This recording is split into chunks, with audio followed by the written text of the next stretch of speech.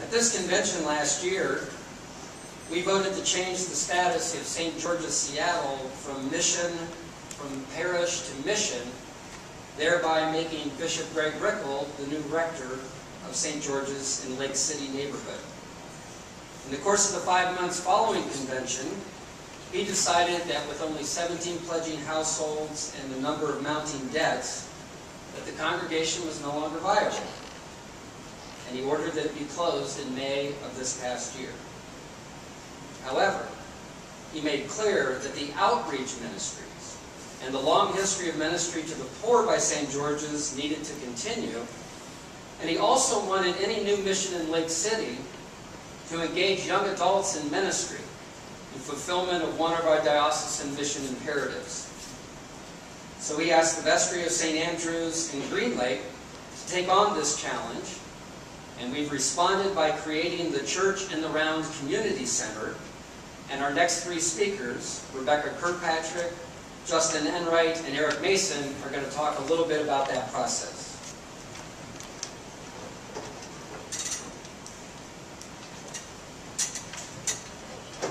Thank you, Peter.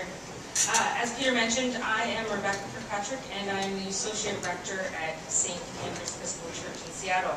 And along with Justin Enright, our intern from Seattle University, and Eric Mason, our intern from Church of the Apostles, we make up a design team along with Peter Streimer. And we are 1/6 of a design team called to be in the Lake City neighborhood. We have, in the Lake City neighborhood, we have taken these 2 acres on 125th in North Seattle and made a church. And we are calling it the Church in the Round Community Center, the round for short. Because as you can see, it is quite literally a church in the round. For those of you who have not been to the Lake City neighborhood, you know that it is a lively, underserved, under-resourced, beautiful, and challenging, and yet life-giving neighborhood. So in this neighborhood, we've been given this space. So what do we do with this space? Well, we at St. Andrews decided that we didn't want to do just what we wanted to do. We wanted to meet the needs of the community. So we brought together 23 people to make a design team, half of whom are young adults, and half of whom are a bit older than the young adults. Men and women from across the diocese, from the National Church, and from St. Andrews itself. These 23 people are gathering for 8 weeks in the months of October and November to dream big, to listen to the Holy Spirit, and to share their findings. We go out into the community to interview community partners, residents, folks on the margin, and businesses to see what they think, how they would dream for this space in the Lake City neighborhood. So together on Monday evenings, we inquire, we share, and we gather, and we dream. And these dreams are distilling together as we are on our 3rd week of the process, and we hope to have a completed process and something to give back to the Lake City neighborhood, and we hope to have this proposal for our vestry come December. And so I'm going to let Eric Mason speak more about where our findings are taking us and where the Holy Spirit is leading us. But for now, I'll let Justin Enright come and speak about our community partners who are already existing in the Church in the Round space. There is already a strong base of partners involved with the Church in the Round Community Center. One such important partnership is with the Brotherhood of the Paraclete. We also have 2 AA groups that meet at the Community Center, one of which involves young adults. Bridget's Circle is a group of people who meet on our beautiful grounds to deepen themselves in Celtic spirituality.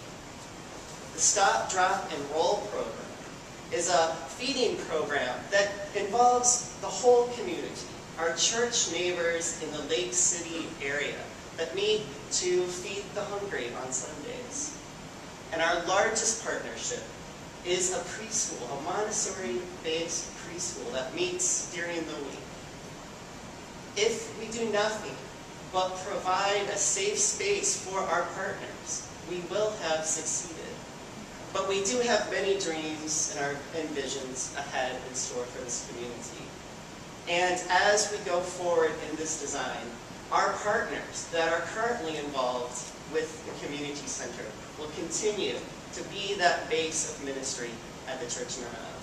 Thank you.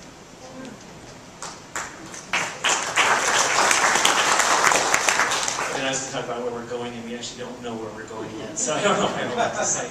I think that what might be most applicable to other churches out there, and what I've found most engaging about this process, is our posture. We're in the unique position where we don't have to have an agenda. There's a building there that we've been entrusted to steward, and that's actually been very liberating and freeing. And it's put us into a position of curiosity where we're actually having to go out and kind of ask the question, well, first of all, who is our neighbor? And then we have to start getting to know our neighbors. And that's included our neighbors in other churches and within the community. And that in and of itself, I think, for many of us has been a very freeing and liberating place to be. Where we don't have a, I mean, we're not running it, we're able to just live in curiosity and get to know people. I think where some of the places where that is leading us is we've been having to kind of look and assess what are the needs in our community. Homelessness is a real problem in Lake City.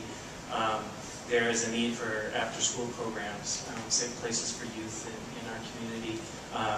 There's a need for more of a viable community center. There's a community center in the community, but it's not fully open and fully welcoming.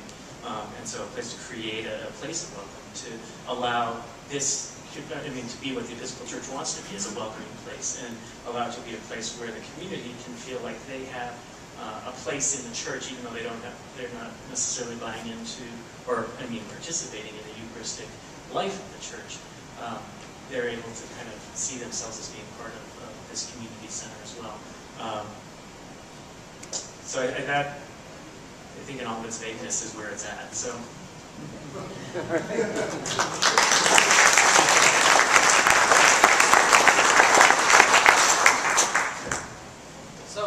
Before we open up for questions, I just want to say another word about this process. From all of these neighborhood interviews, folks are actually out in the coffee houses, walking on the streets, talking to Lake City neighbors, and it's not a quantitative survey. How many live in your household? What is your income? There's only 3 questions. What are your dreams for your neighborhood? What are your fears or concerns for your neighborhood?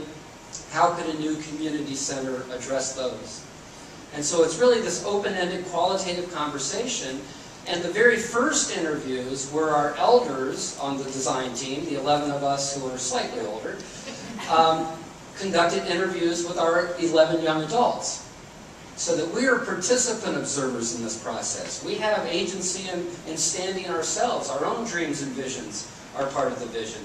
Because we're hoping that the design team doesn't just wrap up its work and give a report to the bishop and to the vestry, but that many of them have an ongoing ministry in place in that neighborhood. So it's very exciting. Please stop up and check us out in the Lake City neighborhood. We're on Facebook at the Church in the Round Community Center, so you can like us there if you would, please. And I want to thank you 3 for coming on up. So.